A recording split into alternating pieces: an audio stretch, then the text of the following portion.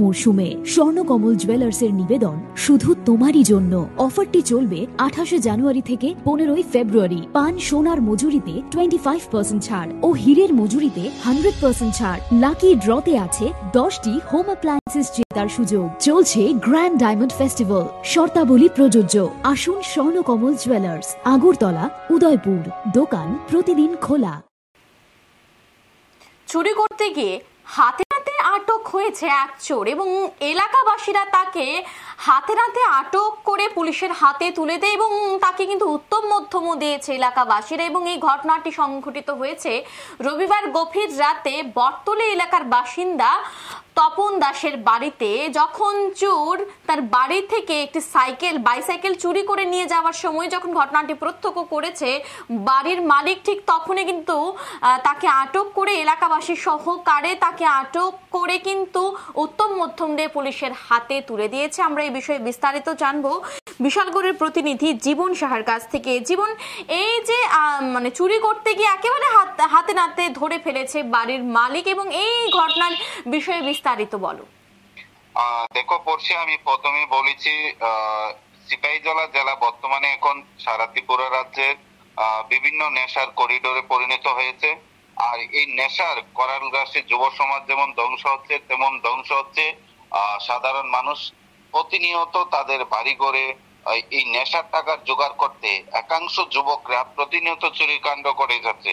দেখো, সোনামুড়া বটতলী এলাকায় তপন দাসের বাড়িতে কিছুদিন আগে গ্যাসের সিলিন্ডার চুরি হয়েছে, পাশাপাশি ঘরের বিভিন্ন আসবাবপত্র চুরি হয়েছে। এই নিয়ে আমাদের নিউজ টুডে পর্দায় একাধিকবার সে সংবাদ প্রকাশিত হয়েছিল। গতকাল রাতে তোমার মেলাগড় এলাকার এক নেশাখোর প্রচন্ড নেশা প্রতিনিয়ত করে এবং সে তার নেশার টাকা জোগাড় করতে পুনরায় সে তপন দাসের বাড়িতে চুরির ঘটনা সংঘটিত করে। এলাকাবাসী তাকে ধরে এবং উত্তম মাধ্যম দিয়ে পুলিশের হাতে তুলে দেয়। সে চোর ময়নাল হোসেন তার বাড়ি মেলাগড় থানাধীন তেলকাজলা এলাকায়। প্রতিনিয়ত সে নেশার টাকার জোগাড় করতে এই সমস্ত চুরি কাণ্ড করে। তার সাথে আরো এলাকার একাংশ চোরও জড়িত রয়েছে। প্রতিনিয়ত এই নেশার টাকা জোগাড় করতে তারা এই সমস্ত চুরি ঘটনা করছে। পাশাপাশি মানুষের বাড়িঘরে হাঁস, ছাগল, মোরগ বিভিন্ন জিনিসপত্র তারা চুরি করে নিয়ে যায়। এখন ঘটনা হচ্ছে এই সমস্ত চোরদের নিয়ে থানায় রাখলে একদিন কি দুদিন পর পুলিশ তাদের ছেড়ে দিতে বাধ্য থাকে, কারণ এমন কোনো ধারা নেই যে এই সামান্য কিছু চুরির জন্য তাদেরকে আদালতে তোলা হবে বা তাদেরকে দুদিন আটকে রাখা হবে। থানায় এনে তাদেরকে কিছু একটা মারধর করার পর তাদেরকে ছেড়ে দেওয়া হয়, কিন্তু সে পুনরায় নেশার টাকার জোগাড় করতে তারা এই সমস্ত চুরি কাণ্ড করে।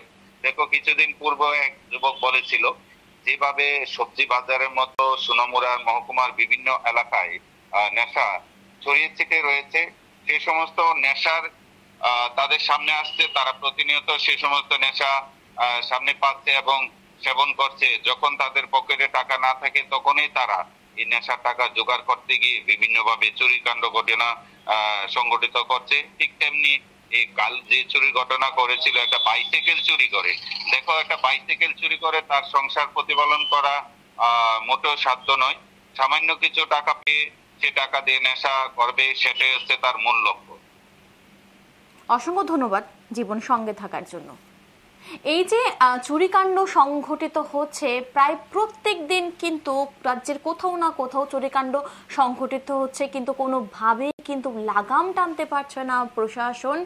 এক প্রকার মানে বলা যেতেই পারে যে যারা চুরিকাণ্ডগুলি সংঘটিত করছে তারা কিন্তু প্রত্যেকেই রয়েছে নেশার সাথে জড়িত রয়েছে এবং তারা নেশা সেবন করার জন্যই, তাদের নেশার টাকা জোগাড় করার জন্যই তারা কিন্তু এই চুরিকাণ্ডগুলি সংঘটিত করেছে। ঠিক আজকে গতকালকের যে ঘটনাটি ঘটেছে সোনামুড়ার বটতলী এলাকাতে, ঠিক চোর যাকে আটক করেছে এলাকাবাসী, তখন কিন্তু তার বক্তব্য একটাই ছিল যে সে নেশা যেহেতু সেবন করে সে নেশার টাকা জোগাড় করার জন্য সেই চুরিকাণ্ডের মতো ঘটনা সংঘটিত করে থাকে। এবং এই যে আমাদের রাজ্যের যুব সমাজ কিন্তু একেবারে নেশার করাল ঘাসে কিন্তু একেবারে ধ্বংসের পথে বলা চলে। কিন্তু এই নেশার কারণে কিন্তু বিভিন্ন সময় বিভিন্ন ধরনের অপরাধ প্রবণতা অনেকটাই বেড়ে যাচ্ছে এই রাজ্যে এবং সেদিকেই তাকিয়ে রয়েছে যে প্রশাসন এই সমস্ত বিষয়ে কি ভূমিকা গ্রহণ করে।